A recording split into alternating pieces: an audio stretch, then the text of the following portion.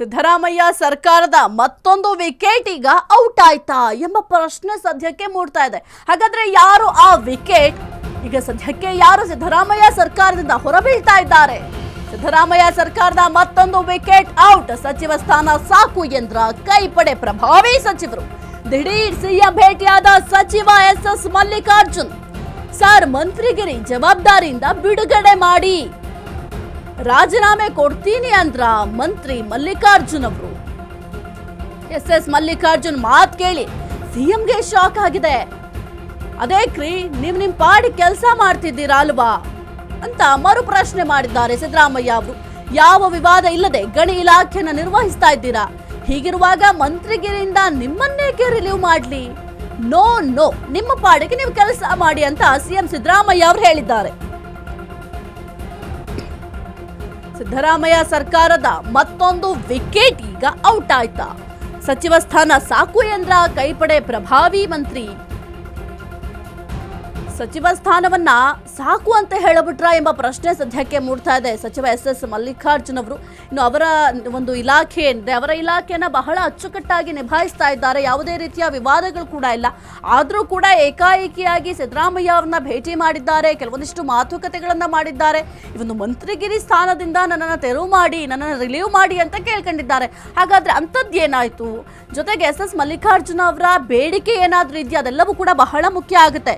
ರಾಜ್ಯದ ಗಣಿ ಮತ್ತೆ ಭೂಗರ್ಭ ವಿಜ್ಞಾನ ಸಚಿವರಾಗಿದ್ದಾರೆ ಎಸ್ ಮಲ್ಲಿಕಾರ್ಜುನ್ ಅವರು. ತಮ್ಮ ಇಲಾಖೆಯನ್ನ ತಮ್ಮ ಪಾಡಿಗೆ ನಿರ್ವಹಿಸ್ತಾ ಇದ್ದಾರೆ. ಇಂತಹ ಸಂದರ್ಭದಲ್ಲಿ ಯಾಕೆ ಈ ರೀತಿಯಾಗಿ ಮಾತನಾಡಿದ್ದಾರೆ ಅಂತ ಸಿದ್ದರಾಮಯ್ಯ ಅವ್ರಿಗೂ ಕೂಡ ಶಾಕ್ ಆಗಿದೆ.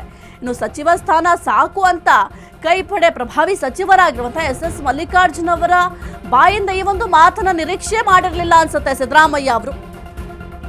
ನಮ್ಮ ತಂದೆ ಶಾಮನೂರು ಶಿವಶಂಕರಪ್ಪ ನಿಧನದ ನಂತರ ನನ್ನ ಮೇಲೆ ವ್ಯವಹಾರದ ಹೊರೆ ಬಿದ್ದಿದೆ, ಒತ್ತಡದಲ್ಲಿದ್ದೇನೆ.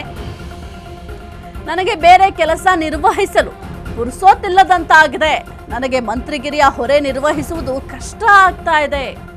ಈ ಕಾರಣಕ್ಕಾಗಿ ನನಗೆ ಮಂತ್ರಿಗಿರಿ ಸಾಕು ಎನ್ನಿಸ್ತಾ ಇದೆ. ಹೀಗಾಗಿ ನನ್ನನ್ನ ರಿಲೀವ್ ಮಾಡಿ ಎಂಬುದು ನನ್ನ ಕೋರಿಕೆ ಅಂತ ಹೇಳಿದ್ದಾರೆ. ಎಸ್ ಮಲ್ಲಿಕಾರ್ಜುನ್ ಮನವಿಗೆ ಸಿಎಂ ಸಿದ್ದರಾಮಯ್ಯ ಅವರು ಒಪ್ಪಿಗೆಯನ್ನ ಸೂಚಿಸಿಲ್ಲ. ಈಗ ಅದೆಲ್ಲ ಬೇಕಿಲ್ಲ, ಉಪಚುನಾವಣೆ ಹತ್ರ ಬರ್ತಾ ಇದೆ.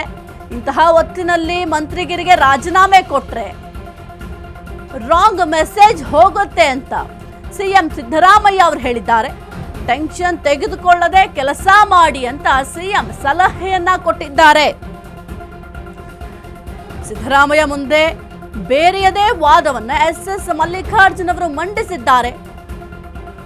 ಇನ್ನು ನಾರ್ಮಲ್ ಆಗಿ ಯಾರಾದರೂ ರಾಜೀನಾಮೆ ಅಂತ ಹೋದಂತಹ ಸಂದರ್ಭದಲ್ಲಿ, ಅದರಲ್ಲೂ ಕೂಡ ಸಿದ್ದರಾಮಯ್ಯ ಅವರು ಇದ್ದಂತಹ ಸಂದರ್ಭದಲ್ಲಿ ನಾವು ಈ ಒಂದು ಸ್ಥಾನವನ್ನು ನಿಭಾಯಿಸೋದಕ್ಕೆ ಸಾಧ್ಯ ಆಗ್ತಾ ಇಲ್ಲ, ನಮ್ಮ ರಾಜೀನಾಮೆಯನ್ನು ನೀವು ತೆಗೆದುಕೊಳ್ಬೇಕು ಅಂತ ಮನವಿಯನ್ನ ಮಾಡ್ಕೊಂಡಂತಹ ಸಂದರ್ಭದಲ್ಲಿ ಕ್ಯಾಶುವಲ್ ಆಗಿ ಕೇಳ್ತಾರೆ, ಏನಾಯ್ತು, ಏನು ಪ್ರಾಬ್ಲಮ್ ಆಗ್ತಾ ಇದೆ, ಏಕಾಏಕಿ ಬಂದು ತಮ್ಮ ಮಂತ್ರಿಗಿರಿ ಪಟ್ಟವನ್ನ ಬಿಡೋದಿಕ್ಕೆ ಯಾಕೆ ನೀವು ಮನವಿ ಮಾಡ್ತಾ ಇದ್ದೀರ ಅಂತ ಕೇಳಿದಾಗ, ನನಗೆ ಈಗ ಸದ್ಯಕ್ಕೆ ಇರುವಂತಹ ಟೆನ್ಷನ್ನಲ್ಲಿ ಇದನ್ನು ನಿಭಾಯಿಸಲಿಕ್ಕೆ ಸಾಧ್ಯ ಆಗ್ತಾ ಇಲ್ಲ ಅಂತ ಸದ್ಯಕ್ಕೆ ಎಸ್ ಮಲ್ಲಿಕಾರ್ಜುನ್ ಅವರು ಹೇಳಿದ್ದಾರೆ.